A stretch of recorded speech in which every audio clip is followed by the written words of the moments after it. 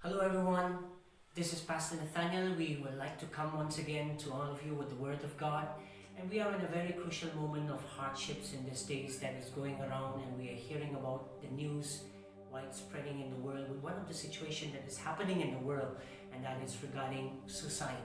So what does the Bible has to say about this situation which the world is going through, and many peoples are in awe and struck by these situations that are going on. So I'm here today with one of a man of God, Pastor Gabriel. Thank you for your time, Pastor Gabriel. And he is here to show us from the spiritual standpoint about what the Bible has to say about this topic, suicide. So Pastor Gabriel, can you just share your heart, what is there in your heart, before I would ask you some questions regarding this topic today? Well, thank you so much, Pastor Nathaniel, and all the viewers today. I'm so glad that we would be able to come to you to the Word of God again today evening. You know, it has been there in my heart for quite a long time, Pastor Nathaniel, concerning these issues, and especially concerning people who are, taking their lives away. And it has brought a lot of, heartache to my heart. And the Lord has dealt this with me, especially with me, personally for 2 weeks right now. And I've been having these questions in my heart, and I believe a question that arises: why people are killing themselves, and I believe this is something that people need to understand, and it could be also that right now you're listening to us, and there are people in your family or the people that you know are battling with thoughts of suicide, and I believe as you care for them, for their lives, you will be able to address some of the things that we will be sharing tonight, to be able to help them, how to help them as they are battling with these thoughts of harming themselves and also killing themselves. Okay, so Pastor Gabriel, this is one of the important questions which I want to place on the table, where you can tell the people what does the Bible has to say about this topic. Now, the first questions which I want to ask to you, Pastor Gabriel, is: can we categorize suicide as a sin? Oh yes, definitely, Pastor Nathaniel. The Word of God. If you let's look together, in the Old Covenant, that is in the book of Exodus chapter 20. I would like to read to you from Exodus 20 verse 13 in the 10 Commandments that God gave to Moses. And the Bible, all scriptures inspired by God, the Bible says. Exactly. So we can still learn a lot of things from the Old Covenant, right? Yes. And even from the law, from these 10 Commandments that God gave to the children of Israelites, there are certain things that, it can still help us as believers of the New Covenant. So in Exodus, let me just read to you quickly, that is in chapter 20 and verses 13, let me read to you this. One of the commandments that God gave to the children of Israelites, it says this, and that is commandment number 6, Pastor Nathaniel. I will read to you, that is chapter 20 of Exodus verses 13. The Bible says this. It says, you shall not murder. So the Bible says, you shall not murder. So this verse is literally translated, thou shalt not commit murder. Also you could say suicide is the murder of oneself. So we can say that suicide is a sin. Okay. It is violating the law of God. It is violating the law of God. And life is a gift. Exactly. God has given to us. Yes. And and life is a precious gift. God in fact breathed that life inside of us, And I would like to say this. You need to understand that life is so valuable to you that in the Bible, suicide is a violation of God's commandment against murder. So if you kill yourself, that is murdering yourself. And I would categorize it as a sin. It is a sin, Pastor Nathaniel. Wow, wonderful. Now, for those who are looking, if you are asking this, that is suicide a sin? It's been clearly and precisely, beautifully stated by this man of God, Pastor Gabriel, that it is a sin, yes, violating the commandment of God, because the only person who gave you life is God. Amen. So the second question, Pastor Gabriel, yes, sir. What I'm seeing in what is happening all around the world, And when I open the channel and seeing the news that people in all parts of the world, they are taking their life forcefully, I will put that words.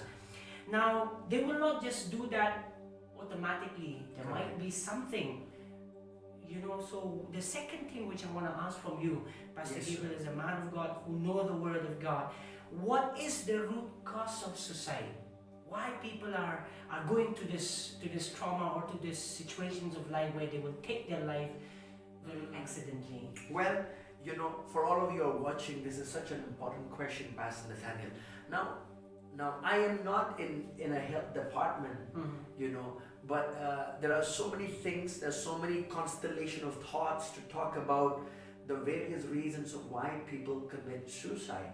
Right now, because of the pandemic that has happened all over the world, Pastor Nathaniel, right from the time of the lockdown, that many nations of the world are under the lockdown, this is a case that you can look this up, that right now in America, the percentage of people killing themselves have increased tremendously during this pandemic. And I would like to tell you, even in our nation of India, and even in the state of Meghalaya, in fact, there are many cases of people killing themselves because of so many various reasons or a culmination of things that has happened to their life, that people have gone into thinking that suicide, a lot of people think that suicide is a permanent solution for a temporary problem. I would say that.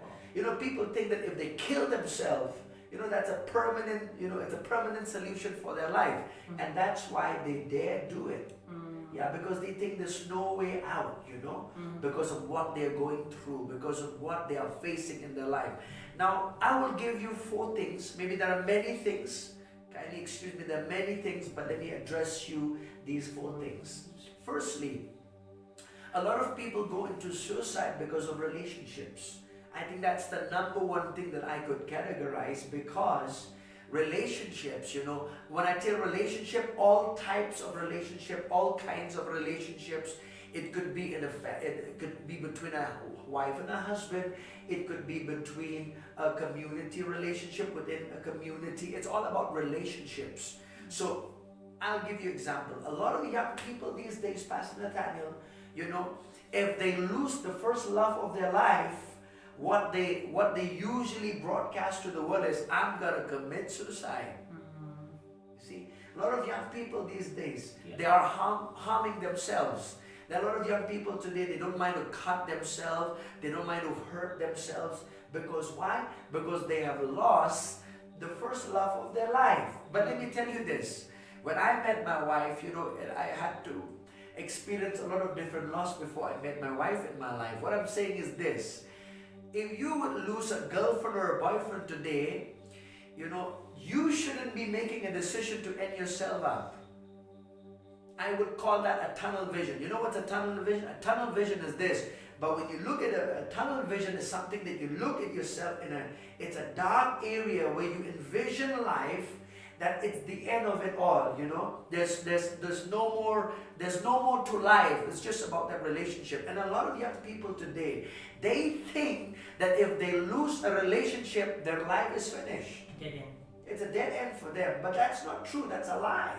That's a lie from the devil, and that's a lie that the devil, in fact, will knock in your head to say, that's it. In fact, you will see and perceive life as like you have lost everything because you've lost that relationship. And a lot of young people today, Pastor Nathaniel, they have gone into the extent of killing themselves because of a relationship matter. Yeah, I've seen a lot of, there could be a husband and a wife because of the divorce. And divorce could have been because of adultery. It could be in a relationship, and they couldn't handle that. They couldn't handle the depression and the emotional pain and heartache in their life, and they would go for, the only way they see is, it's better I end up myself because I feel unwanted. I feel unwanted. I don't feel like I am honored in this relationship. There's no use for me to be in this relationship. There are a lot of people today who thinks that, it's better for them to go away because there are no value to the society. There's no value to anybody in the family. And that's why they end up killing themselves, because they think they are of no value to anybody anymore. And I would like to tell you that's a lie from the devil. If you're watching us tonight, I want to tell you this: you are valuable to God. There is a plan and a purpose of God for your life, and you shouldn't be killing yourself. You know why? Because life is a gift from God to you. So that's the first thing. The second thing is this. I would go. It's about illness. A lot of people, they think because of the chronic illness that they're facing in their life, Pastor Nathaniel, you know, they think they want to, don't pressure people or family members or burden them because of the sickness they're facing in their life. That's why they think it's better for me, to kill myself so that I will ease the burden in the family. So that's why, they kill themselves. Let me give you an example. In fact, in the year 2014, we know of a very, of an actor that's so famous, Robin Williams, Yeah, we know that how Robin Williams, what was his name? His name is Robin Williams. Okay, Robin Williams. Yeah. He killed himself. He suicided, he suicided. And the world was in shock when he did that, because he was such a happy man, he made people laugh, people look at his life, and it just put a lot of question in the minds of people. How can a man who make people happy, he looks so happy, he ended up killing himself? Now, in the end they found out that in fact he was going through an illness. He was diagnosed with an illness of Parkinson, in fact, Robin Williams. So it could be that he couldn't handle that. He couldn't handle that pressure of going through that sickness and what it's going to be. So he could have killed himself because of that, So like I said, there are many reasons. People could, because of a chronic illness or disease in their body, they end up killing themselves. Yeah, thirdly, financial hardships. I think that's one of the things that we are facing right now, Pastor Nathaniel. A lot of people are going through a lot of financial difficulty. There are debts to be paid that people think about how to pay, People cannot even provide the basic necessities of life. So they think, the better thing is, let's just end life and all of this problem will go away. And they think that that's a permanent solution. But let me tell you, a financial problem is temporary. With time, it will change. It could be that right now you're listening to us, you could have a financial hardship in your life, but that's just a time frame right now. It's just a time, In a matter of time, things will change. But there are people who cannot handle that pressure because they have to take care of the homes, they have to take care of the debts. There's so many payments to be made, payments for this, payments for that. So they can't handle that pressure. So the simple decision is, I just go and kill myself. Kill myself. And that is one of the things, Pastor Nathaniel, that people right now are making that decision. Now, loss of jobs. A lot of people have lost their jobs, and that's why it has brought financial hardships in their life, and they've made a decision to kill themselves. Let me show you from the Bible in the book of Proverbs 12:25. The Bible says this. Let me read to you this. It says this: anxiety in the heart of man causes depression, but a good word makes it glad. So depression is one of the mental illness, and we could term as a mental illness, that people, have so much anxiety because of anxiety, of worriness, of stress. It has caused a deep, it has weighed down their heart, in their life. And because of so much of weight of emotional, dangling that is going on in their lives, what they think about is, let's just go and end up my life because I can't handle it because of the depression they're going through. Now let me tell you this, not all people who are depressed commit suicide, but depression is plays a major role in a lot of people committing suicide. Let me tell you that. Now you can find that out. You can ask from a clinical, counselors, people who are in the health department. This is one of the area that a lot of people, in fact, who are committing suicide, it's because of the mental depression that is coming in their mind, in their life. They cannot handle that, and it's caused anxiety in their hearts, and so they think the way out is very easy. Let me just kill myself. But let me say this also. See, nobody, Pastor Nathaniel, makes a decision right away to kill themselves. And I believe, nobody in a right mind would do that. It's because of so many thoughts that has come across their minds, so many things they've seen, they've heard, and the pressures come over their minds. And the enemy also, when what you think about, continuously, he has an entry in your life. And that's why the enemy, gets a control of their mindset, and they go and make a decision to kill themselves. Because the Bible says in John chapter 10 verse 10, the thief cometh not only to steal, but to kill and to destroy, the Bible says. So true. Thank you so much, Pastor Gabriel, for beautifully defining and projecting these things from the Word of God. People, why we are here, because we just want to help you from the Word of God. We are so burdened with that passion to tell you all that there is a solution for suicide, and that is when you experience the love of God. Amen. And as Pastor Gabriel said, if suicide cannot change anything, but sometimes those people who have committed suicide, they bring another burdens to the family, Pastor Gabriel. Yeah, that's so right. It's not the end. And any one of you, if you are battling with any thoughts of suicide, please take counsel. Please, we are here to help you. We will be putting our phone numbers in the screen. Please call us, because we want to help and pray along with you.